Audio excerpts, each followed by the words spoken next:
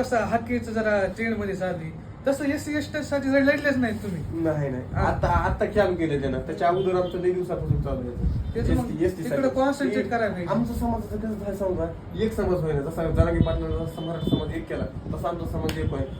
कारण मी सांगतो तुला काय होईल, ही जर त्या ओबीसीच्या मागे गेले समज एसटीच्या मागे त्यांचे खायचे वांदे तिथे आमच्या समाजाचे खायलाच भेटत नाही. आपलं दररोजच्या दररोज काम करावं लागतं, दररोजचं पोट भागावं लागतं, असा विषय आहे. आता मेंढर राखतात आमचे सगळे समाज 4-5 आमचे सोडले आमच्या गावातले, तर बाकी आमचा समाज सगळा डोंगरात पाडलेला आहे. नुसते मेंढर मन जनावर मन ती आता आपला म्हणे त्याला दररोज ती बदला लागते. म्हशी येतात, शेत नाही काय नाही काय. डोंगरात समाज जर गेला तिकडे डोंगराच्या एरियात जर गेला असतो टोटल आमचे धनगर माणसं आहे टोटल. आणि त्यांचा काही ना काही दुधाचा व्यवसाय मेंढर मन काय ती. आणि ती जर आरक्षणाच्या महाग गेली तर त्यांच्या फॅमिली जाऊ होती. नगदी खायचे वांदे म्हणजे मोर्चा बिरच्या जर कडा गेली आणि ती काय सोपं नसते मोर्चा करायचं. तिला बी थांबावं लागतंय, बार द्यायला लागतंय, तिकडे बी खायला प्यायला लागतंय, असा विषय.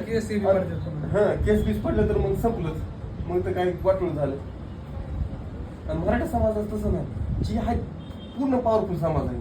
त्यांचं गेले तर गेले म्हणते तिकडे हाय आहे काहीतरी पाठीमाग असतंय पाऊल. त्याच्यामुळं एक व्हायला समाज आमचा तसं होत नाही समाज.